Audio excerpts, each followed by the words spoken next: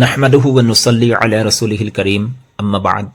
সম্মানিত সামিনে কেৰাম, আজি আমি এটা গুৰুত্বপূৰ্ণ বিষয়ৰ সম্পৰ্কে আলোচনা কৰিব বিচাৰিছোঁ। বিষয়টো হ'ল এনেকুৱা যে বিয়া বাৰু বা নিকাহৰ সময়ত দৰা আৰু কইনাৰ মেহেন্দি বা হালধি ইত্যাদি লগোৱাৰ যি নীতি নিয়ম আমাৰ সমাজত চলি আহিছে, এই সম্পৰ্কে শৰীয়তৰ কি হুকুম আহকাম আছে অলপ আমি চিন্তা কৰোঁ। দেখক যে হালধি লগোৱাৰ যি ৰচম বা পৰ্ব বা এনেকুৱা ধৰণৰ যিকোনো বস্তু লগোৱাৰ ক্ষেত্ৰত যি পৰ্ব হিচাপে আমি অনুষ্ঠিত কৰি আহিছোঁ, এইবিলাক শৰীয়তৰ দৃষ্টিত নাজাইজ আৰু গুনাহৰ কাৰণ হয়। অৱশ্যে ওলামাই কেৰামসকলে হাতত মেহেন্দি লগোৱাৰ ক্ষেত্ৰত লিখিছে যে মহিলা বা কইনাৰ ক্ষেত্ৰত হাতত মেহেন্দি লগোৱাটো জাইজ আছে, কিন্তু পুৰুষসকলৰ ক্ষেত্ৰত বা দৰাৰ যি হাতত মেহেন্দি লগোৱাৰ নীতি নিয়ম আমাৰ সমাজত চলি আহিছে, এইবিলাক কিন্তু নাজাইজ হয়।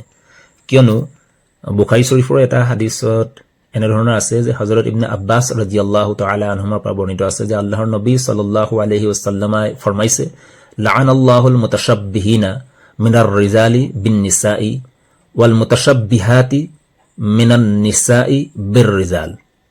হাদিছৰ ভাৱাৰ্থ হ'ল এনেধৰণৰ যে আল্লাহ তবাৰক তাআলাই সেইসকল পুৰুষক লানত বা অভিসম্পাত কৰে যিসকলে মহিলাৰ নিচিনা কাম কৰে, আৰু সেইসকল মহিলাৰ ওপৰত লানত বা অভিসম্পাত কৰে যিসকলে পুৰুষসকলৰ নিচিনা কাম কৰে। অৰ্থাৎ কিছুমান কাম পুৰুষ আৰু মহিলাৰ ক্ষেত্ৰত পাৰ্থক্য আছে। উদাহৰণস্বৰূপে আমাৰ সমাজত যি জিন্স পেণ্ট পৰিধান কৰা হয়, এইবিলাক সচৰাচৰ পুৰুষৰ সামগ্ৰী হয়, অৰ্থাৎ পুৰুষসকলে তেনেধৰণৰ জিন্স পৰিধান কৰে। কিন্তু পশ্চিমীয়া সংস্কৃতিৰ লগত খাপ খাবলৈ গৈ কিছুমান মহিলায়ো জিন্স পেণ্ট পৰিধান কৰে। এনেকুৱা ধৰণৰ যিবিলাক কাম আছে। তাৰপিছতে আৰু এটা উদাহৰণ ল'ব পাৰি, যেনেকৈ মেহেন্দি লগোৱাটো মহিলাসকলৰ কাৰণে হয়, গতিকে মহিলাসকলৰ হাতত মেহেন্দি লগোৱাৰ নিচিনাকৈ পুৰুষসকলেও নিকাহৰ দিনাখনেই হওক বা নিকাহৰ আগদিনাখনেই হওক যি মেহেন্দি লগায়, তেনেকুৱা ধৰণৰ কাম কাজবিলাকৰ ক্ষেত্ৰত আমি খুবেই সতৰ্ক হ'ব লাগে, যাতে আমি আল্লাহ আৰু আল্লাহৰ ৰসুল সাল্লাল্লাহু আলাইহি ওয়াসাল্লামৰ লানত বা অভিসম্পাতৰ পৰা বাচি থাকিব পাৰোঁ।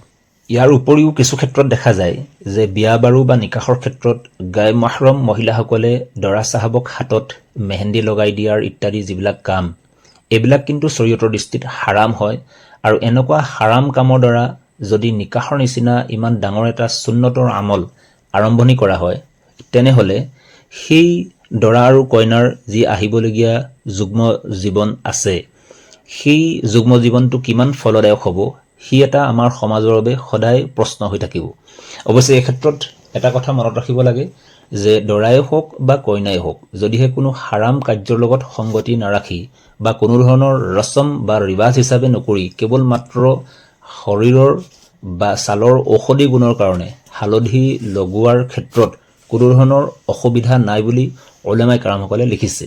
কিন্তু এনেধৰণৰ হালধি লগোৱাৰ ক্ষেত্ৰতে হওক বা মেহেন্দি লগোৱাৰ ক্ষেত্ৰতে হওক, গাইৰ মহৰম ল'ৰা ছোৱালী বা পুৰুষ মহিলাই একেলগে মিলি হালধীয়া কাপোৰ পিন্ধি খুচিৰ যি পৰ্ব অনুষ্ঠিত কৰে, ই কিন্তু কোনো কাৰণতেই জাইজ নহয়।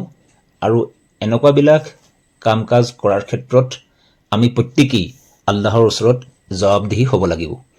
গতিকে আল্লাহ তবাৰক তাআলাই আপোনাক মোক সকলোকে এনেকুৱা ধৰণৰ গুনাহবিলাকৰ পৰা বাচি থাকিবৰ কাৰণে আৰু যিখিনি কোৱা হ'ল এইখিনিৰ ওপৰত আমল কৰাৰ তৌফিক দান কৰক। আমিন। আসসালামু আলাইকুম ওয়া ৰাহমাতুল্লাহি ওয়া বাৰাকাতুহু।